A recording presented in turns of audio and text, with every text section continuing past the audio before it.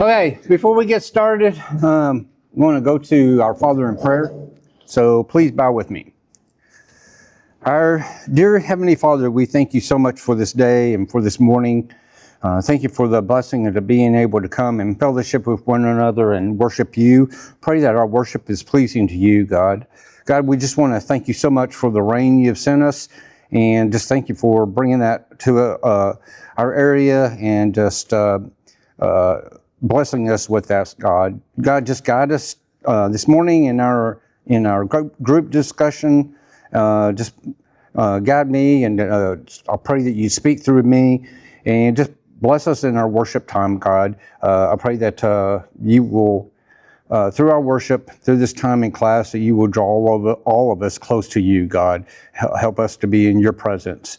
God, just be with us as we all go our separate ways throughout this week, especially as we come up on Thanksgiving, and I just pray that you bless us, be with all those who will be traveling, and please just bless us in our family time, God. Just pray all this in your Son's name. Amen. All right. So this quarter, we have been talking about how we can care for each other better as brothers and sisters in Christ. We have talked about how we must put each other before ourselves, restore those who fall away from God, encourage each other, pray for one another, give to each other when there are needs, and be patient with one another, and be hospitable to one another. This morning's topic of discussion is what I believe is a basis of these previous topics of discussion and keeping unity within the body. So if you would, please turn over to Romans chapter 12.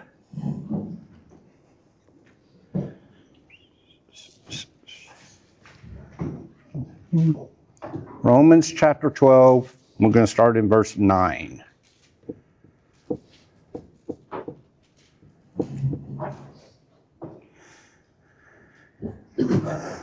Love must be sincere. Hate what is evil. Cling to what is good.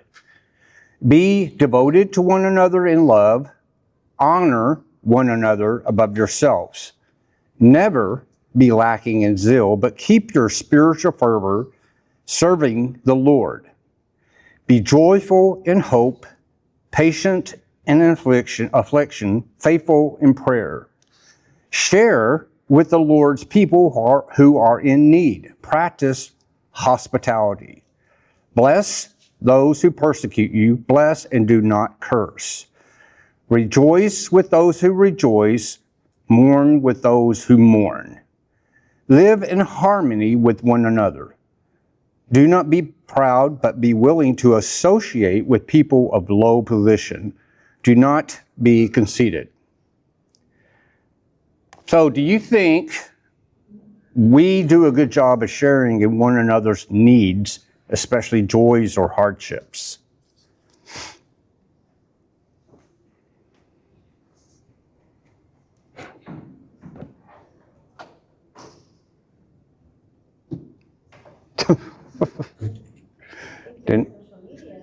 What's that?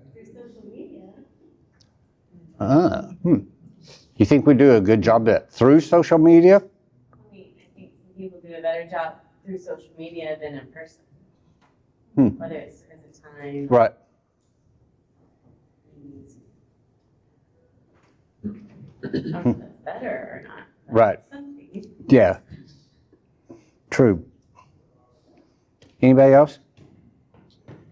Referring like us as a body, as our church, Uh-huh. just in general? Just as In general, or as a body. I mean, our main focus is the body, but, if you want to do it in general, yes. I think that we are, like, when it first happens, right?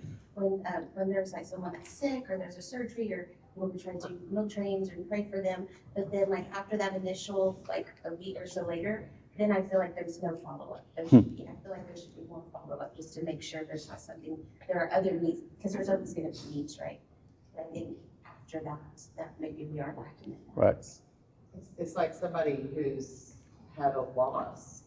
And, that you get a flood like the week or so after the loss, and then there's nothing after that. And it's all the whole next year, years to come. And those can be a really hardest part.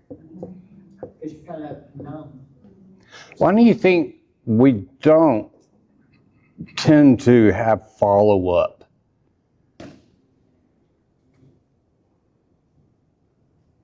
think we all just get busy with our own lives that after, it's like, oh, this happened and then we're all there and then it's just like.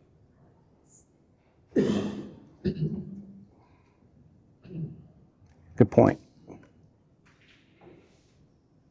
So let's turn over, if nobody else has any comments, let's turn to John chapter 11. And here in a second, I want to get someone to read, starting in verse 21. So we're familiar with this. After hearing that Lazarus was sick, Jesus chose to stay in Jerusalem, and then after 2 days, he and his disciples left for Judea. When he arrived, Lazarus had died and had already been in the tomb for 4 days. So if someone could please read verses 21 through 37 of John 11.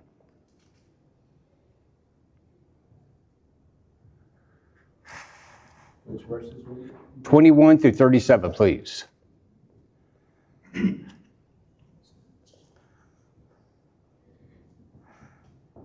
falling behind you. Lord, Martha said to Jesus, if you had been here, my brother would not have died. But I know that even now, God will give you whatever you ask. Jesus said to her, your brother will rise again. Martha answered, I know he will rise again in the resurrection at the last day. Jesus said to her, I am the resurrection and the life. The one who believes in me will live, even though they die. And whoever lives by believing in me will never die. You believe this? Yes, Lord, she replied. I believe that you are the Messiah, the Son of God, who has come into the world. After she had said this, she went back and called her sister Mary aside. The teacher is here, she said, and is asking for you. When Mary heard this, she got up quickly and went to him. Now Jesus had not yet entered the village, but was still at the place where Martha had met him. And the Jews who had been with Mary in the house, comforting her, noticed how quickly she got up and went out. They followed her, supposing she was going to the tomb to mourn there. When Mary reached the place where Jesus was and saw him, she fell at his feet and said, Lord, if you had been here, my brother would not have died. When Jesus saw her weeping, and the Jews who had come along with her also weeping, he was deeply moved in spirit and troubled. Where have you laid him? He asked. Come and see, Lord, they replied. Jesus wept. Then the Jews said, see how he loved him. But some of them said, could not he who opened the eyes of the blind man have kept this man from dying? Okay, thank you, Patrick. So what are your thoughts on Jesus' reaction to this particular moment? Especially in verse 33 and 35.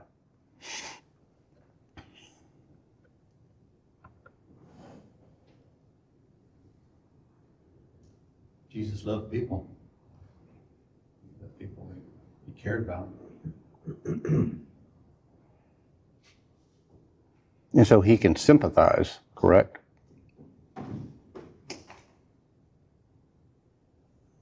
Anybody else?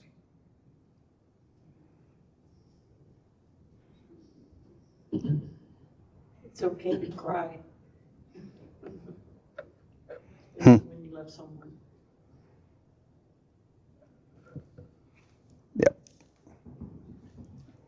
So I don't want to get too far off on what we're talking about this morning, which is rejoicing and weeping. But in the in the New King James Version, it has in verse 33, he groaned in the spirit and was troubled. So was that sympathy and love? Because Jesus knew what he was about to do. Jesus knew that he would, and he already told everyone, Martha, Mary, that, he is the resurrection. He is the life. And he knew what he was about to do. So my question I'm wondering is he weeping? Is he sad because the loss of his friend? Is he sad because he sees how death can be emotionally, how people can be emotionally involved in it? Or is he even perhaps a little put off maybe because everyone says, I believe, but do they truly believe? You understand what I'm trying to get to? So I'm wondering, again, not trying to get off our subject, but mainly 33. And like I said, New King James Version has, he groaned in the spirit and was troubled. And I know this is more speculation. We may not even know, but what are your thoughts?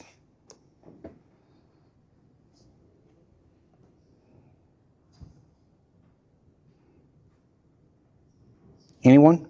I think it's a good example of showing the divinity and the humanity of Jesus. I think you see both of that played out here. Yeah. And to answer your question, the three parts that you said, the answer is yes. He was frustrated, and but he also was missing his friend, and all those things. But I think you see a good example of the humanity and the divinity of Christ played out here, and I think just with us in general, do we care? Do you have any care for? See, that's the thing I hear a lot of people say. Well, I got to put off self. Well, that's a good example of putting off self when you care for other people. If it's just about me. A long time ago, I was driving down the road and saw a guy broken down on the side of the road. And I didn't stop. I said to myself, well, I'm not a mechanic, so I can't stop. I kept driving. About 30 miles later, I had a flat tire. And I'm saying, someone's going to stop. See, I didn't stop. Right? Yeah. They're probably thinking, well, I'm not a mechanic. I can't fix a flat tire. So sometimes we can provide service to people just by even the story of Job. His friends sat there, didn't say a word. They were just there. So we can care by doing a lot of things. But the question I would say is, do you care? And if you want to get out of yourself, that's a good way of caring. Right. That's the first step, I think. I don't think Jesus is frustrated that they're distraught by the death. I Right. really don't. I think that I think God never planned for death to be even in existence for us. Right. The conquering of death is such a beautiful thing, and at the end of time. But I do see that he does grieve like they grieve, and their interpretation of it was seeing how he loved him. Yeah. So that's how the people on the scene took it. And we later read that at the death of Stephen, it said that the really strong spiritual men in the church were just brokenhearted at his death. They wept over him. It's true we don't grieve like others grieve because we have a hope beyond death, but we still grieve separation. Right. The thought of, I'm a selfish person. We're getting old, and I'm telling my wife to expect me to die before her because I'm selfish. I don't want to go through the grief. Yeah. she can grieve me, I don't want to grieve her, I couldn't handle it, you know, so it just, God doesn't, he abhors death. It's not what he wants Right. for us. Okay. Thank you, Rishi. Thank you for all y'all's comments. So let's go ahead and move on. We're going to read from Acts chapter 15, and if I could please get someone to read verses 1 through 3. Acts 15, verses 1 through 3.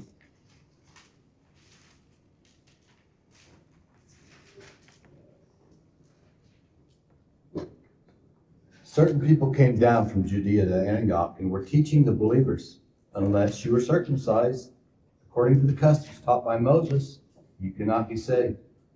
This brought Paul and Barnabas into sharp dispute and debate with them. So Paul and Barnabas were appointed, along with some other believers, to go up to Jerusalem to see the apostles and elders about this question. The church sent them on their way, and as they traveled through Phoenicia and Samaria, they told how the Gentiles had been converted. This news made all the believers very happy. Okay, thank you, Joel. So there are two developments that happen here in the body. What are they?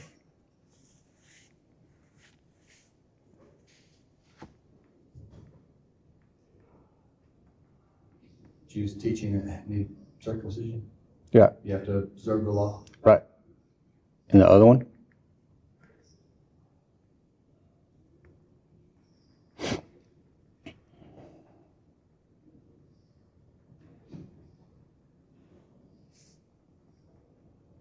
It's in verse 3.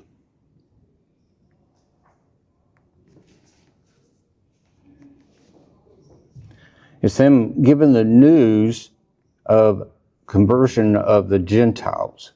So here we have a negative distraction and a positive outcome. So did they allow the negative distraction keep them from rejoicing in the positive outcome in the body?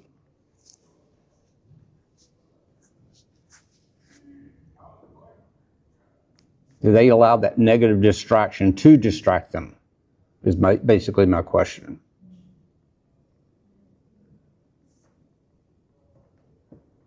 It was probably a distraction still because of what they had to do. But, what would they have done if they didn't have to do that? Right. But they still didn't stop rejoicing. Correct. The news. And that was my point. So yes. So list several circumstances that bring sadness to our brothers and sisters. Some have been mentioned. So can you think of other circumstances that bring sadness to our brothers and sisters?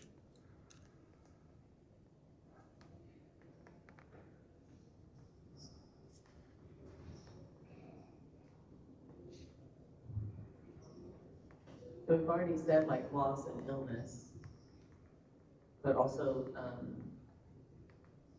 really a lot of different changes can bring sadness. Even positive changes can sadness.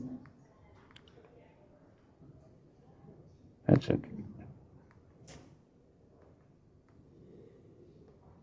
Anybody else? Could you repeat your question again? So list several circumstances that cause brothers and sisters to, wrong question. List several circumstances that bring sadness to our brothers and sisters. I think a lot of those, the reason that we always go back, like you said, Melissa, to death and illness, if you really think about the depth of your relationship with someone, the two things that would immediately jump off the page, even if you don't know somebody very well, is that somebody they know died, or somebody they know got sick, or they got sick. You can relate to that. You don't really have to know the person well at all for those to jump off the page. But what really strikes us as stressful in life, it's usually not that. I mean, if I know you deeply, Wayne, it's not that someone you know died, or that you or someone sick. It's something that's happening in your life that I only know if I've taken the time to build a relationship with you and it goes deeper. Now I understand the struggle that you have with kids or relationships or job or all of those things. The reason we don't know about those and they aren't coming to the surface now is because most of us don't take the time to dig into people's lives to know those things. And we know the honest truth, we don't really want to. It's too messy. It takes too much time, too much effort. It gets us too involved.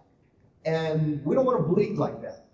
So everything that I just mentioned, those are the things that are that's where the rubber really meets the road in day-to-day life. And that's where you and I hurt the most are probably in those moments, because there are a lot more of those than there are moments of death. But you know, the good point is that you don't want to do that because you already got that in your I life. already got it in my own I life. already got it in my life. I don't need to add your difficulties on top of what I'm already dealing with myself. And that goes back to selfishness. It really does. You know, so that's It's the old story of the guy who walks up to you and says, "Hey, Steve, how you doing today? I really don't want you to tell me. I just want you to say, okay." True. I want to hear fine, yeah. Yeah. You're okay. well, it started about a year ago now. Yeah, and then you're like, oh. You know, we do that. But that goes back to the thing. Do you care? Do you care? Caring extends beyond inconvenience. And that is basically what Rishi was saying in regards to Jesus' reaction. He cares, and he does care for us. So, Well, look at the woman at the well. We always like that story, but if you dig a layer deeper than what most folks do, where does Jesus go? He goes to the real stressful issues in her life. Her marriages, the struggles she was having, the person she was living with now, it wasn't her husband, all of those things. He goes right down deep to where stress really exists in her life. Right.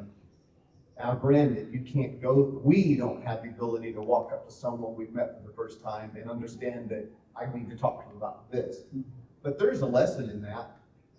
Lesson is if we take the time to listen, we'll find those moments. And if you really want to build a relationship where someone says, come listen to this guy who told me things that no one else could have possibly known, and converts a whole village, that's how you do it.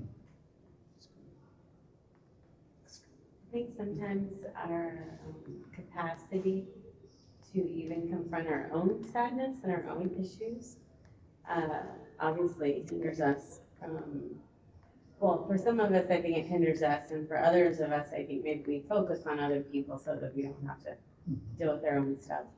But if you've ever really had to confront your own issues or are honest about the maybe more private or day-to-day issues, it does help us see and have a little bit of compassion and confidence to reach out to other people.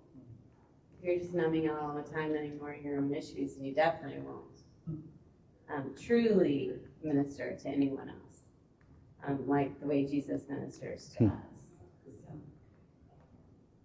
So coming off that and what Mike was saying, can y'all think of any other Bible examples in which, because one of my questions was, and we've already kind of touched on this, is what are some ways by which we can communicate our sympathy? So y'all think of any other Bible examples in kind of like what Mike was mentioning, the woman at the well? Can you think of other examples where we are putting ourselves out there to really, truly care, like Steve was saying, truly sharing in someone's sadness? Dorcas. What's that? Dorcas. She was a great example. Yeah. Her gifts were to help other people by giving them clothing and so forth. When she died, I mean, it was pretty sad. Anybody else? Ruth nailed. Naomi. Ruth nailed. Oh.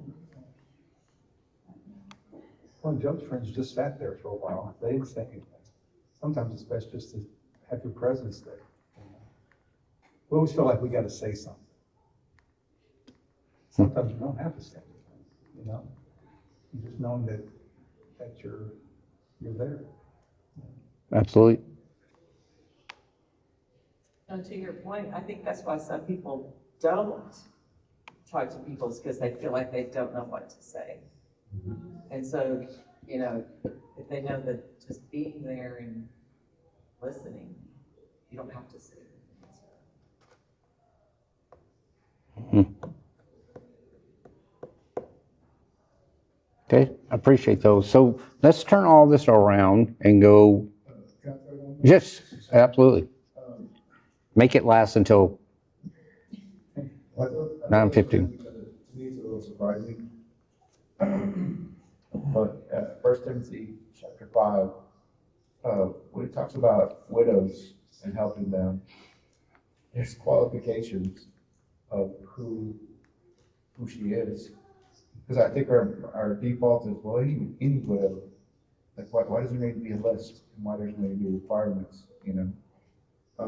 But yet, he goes through, she needs to be over 60, have been faithful to her husband, and is well known for her good deeds, such as bringing up children, showing hospitality, washing the feet of the Lord's people, helping those in trouble. That's quite a bit, I think. Yeah. She's a star, helping those in trouble and devoting herself to all kinds of good deeds.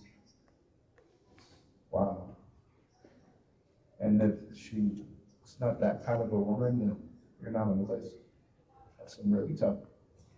Wow. Right.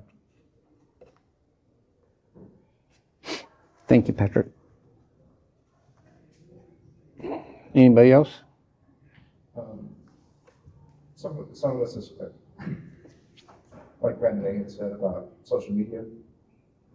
I wonder sometimes with the fever pitch at which I'll say the world, and therefore behind the world, the evil one, who's ruler of this world, has brought society to over the generations, over the centuries, to where that we're very saturated moment by moment, whether it be, so back then, maybe you had a family business, you ran it out, you passed it on. How long did it take you to get news from somebody else across anywhere else? And now, what's your excuse? Why are you not here? You have a car. You can be here in 5 minutes, in 10 minutes. We feel that pressure. Mm-hmm. We have a telephone that you immediate news, you know, and things have been brought to immediate. And so, and everybody has access to you through a message, right? With our kids, we told them, we want you to live presently with us and not in some other world connected to people who aren't around you right now, you know? But I think the evil one has heightened it so much to where we're so saturated. It doesn't feel to me like that's God's design, right? To where we do feel overwhelmed in capacity and shame for not saying yes all the time. Because where there's some times that Jesus didn't say yes. Well, he waited a couple of days before he visited Lazarus. In Mark chapter 1, they came to him and said, everybody's looking for you. And did Jesus know that? Well, of course he knew that. Mm-hmm. But he still didn't go tend to the, you know what I mean? Right. So, but at the same time, there's a balance here because we are supposed to have the heart of, if somebody is in need, like the Good Samaritan in that story, you know. But it just feels to me that the evil one has brought us to such an elevated level of everything's full all the time, and there's no, and it's from multiple angles, from our car, from transportation to communication to responsibilities, you know, to career, to jobs. The pressure for women, for ladies to help with the income, to make it, to quote, make it. How much money do we need, Mm-hmm. you know, in this world? But that, and Brandon was mentioning something to me about that last week or the week before, you know, that, and I know a lot of ladies struggle with that, you know, being pulled from both sides and then feeling like, why do I don't have time to make the meals for the kids or for the family, you know, and they wish they did, you know, or something. But Father helps out a little bit more to try to, you know. So anyways, just an example of how much pressure there is, and there's very little margin, Mhm. and then it's coming in from all ways, and then you're made to feel bad that you didn't respond to that one or that one or that, you know? Thank you, Patrick. Sorry, it's kind of long. No, that's okay. You're fine. So, would you say, are there any? So we're talking about sadness, weeping. So, are there any hindrances to our truly sharing each other's joys? So, in rejoicing, or do you think there's hindrances in regards to that?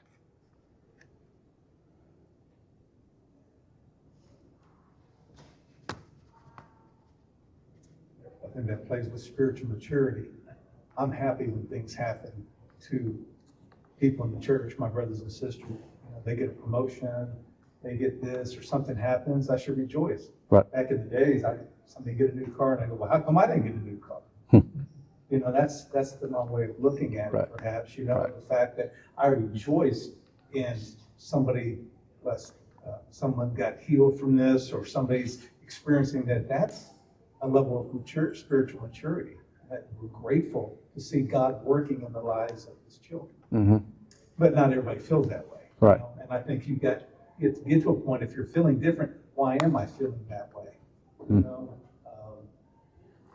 just a spirit of gratefulness, you know, and appreciation of what God's doing. But, Absolutely. you know, and I think we'd be much happier people if we grow toward that. Right. More and more.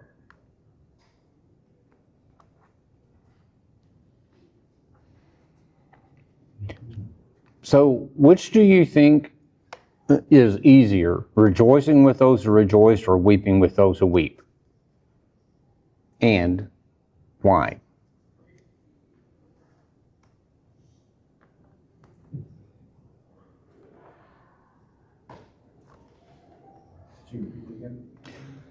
Which do you think is easier, rejoicing with those who rejoice or weeping with those who weep?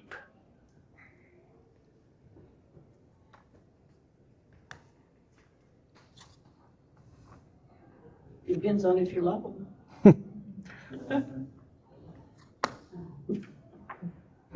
I don't like to weep. I'm with you, Rishi. I don't like to weep. Yeah. I'd rather rejoice. What's that? So I would rather rejoice than I think it takes vulnerability on both sides. Really. But how can you truly rejoice with somebody if you don't truly know it?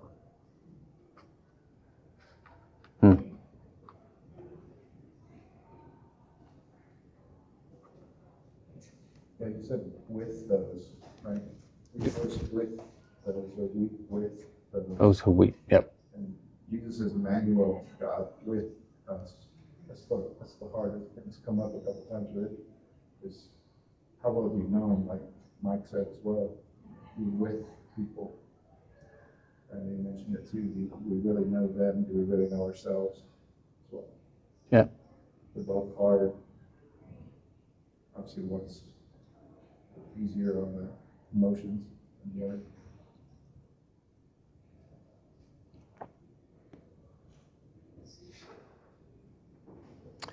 So let's turn over to Luke chapter 15.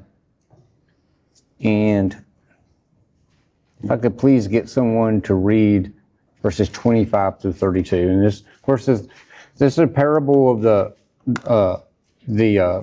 lost son, or the prodigal son.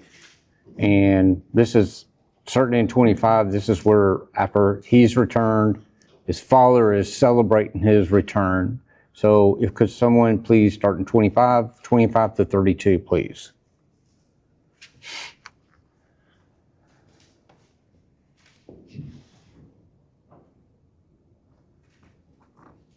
Meanwhile, the older son was in the field. When he came near the house, he heard music and dancing. So he called one of the servants and asked him, "What's going on?"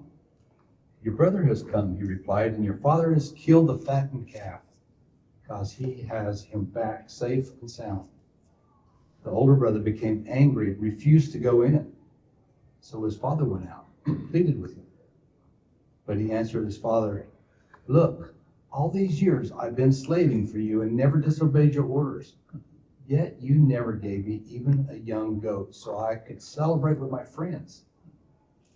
But when this son of yours, who has squandered your property with prostitutes, comes home, you kill the fattened calf for him. Son, the father said, you are always with me, and everything I have is yours, but we have to celebrate and be glad because this brother of yours was dead and is alive again. He was lost and is found. Right. So what attitudes prevented the older son from rejoicing? Jealousy, inequity, what he felt was iniquity. Jealousy. So pride. Pride can get in the way. Well, listen to what he said. The father says, you've always had these things. Yeah. And he's in the midst of all this, feeling like, I didn't have anything, you know? But he says, you've always had all these things. You've always been tremendously blessed. It's interesting. You're right in the midst of blessings, and to you, you're missing out. You know what I'm saying? Yeah. It's interesting. Right in the midst of- Would you say that's kind of an easy thing to fall into? I mean, it's easy to dwell on, or as a human, it may be easy to dwell on what you haven't, what you don't have, rather than what you do. I mean, every day I'm grateful for the health I have, so that God's blessed me with. So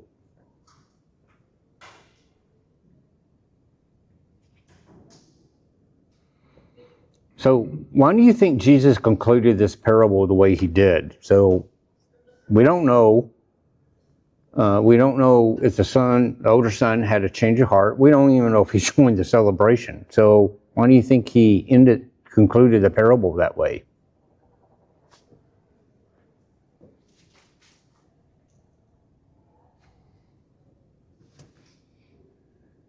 Well, I think it goes back to the beginning of the chapter where he's being criticized for hanging around bad people. And we're going to see this in the history of the church. In the first missionary journey, we have this record of them going to a synagogue and they preach and they're well received and let's get together next Saturday. And then all these Gentiles show up and the Jews get angry because, well, these are good people. And they're incensed by it. And that sort of becomes a theme. That can even happen in the church. We may have a concept of being raised in the church. And you know, when people come and repent, they're born again. There are brothers and sisters. You read a passage just that you talked about where you treat the older men as your father and the widows as your mother, and then there's the younger women as a sister, all in purity. And there's this harmony, but we can pretty quickly set up a tier system. We were members of a church where one of the elders would get up and introduce somebody, and he'd say, well, so-and-so was a charter member. Well, what does that mean? You know, is he at a higher level than everybody else? Or, Right. you know, so we've got to be careful. This obviously the older brother, I think he was, he could take it, throw it in the father's face of what you haven't given me. But he was really ticked off because that guy came home and didn't have to pay a price. I think. Yeah. He did, he was in a big. He had no sympathy for what he'd gone. No.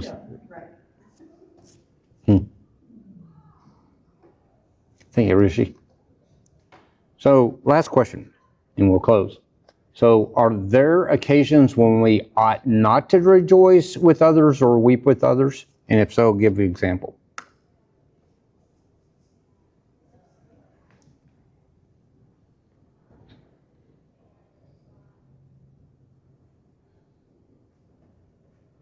I can think of a case in Jal, New Mexico, where a church member, their family bought a bar. That's not a time to rejoice. It's true. What were you thinking? Who was gonna, I was gonna say, we have to be real careful. We can't really celebrate illicit gain. We have to be very careful about celebrating situations where even something good came, but it came from something evil.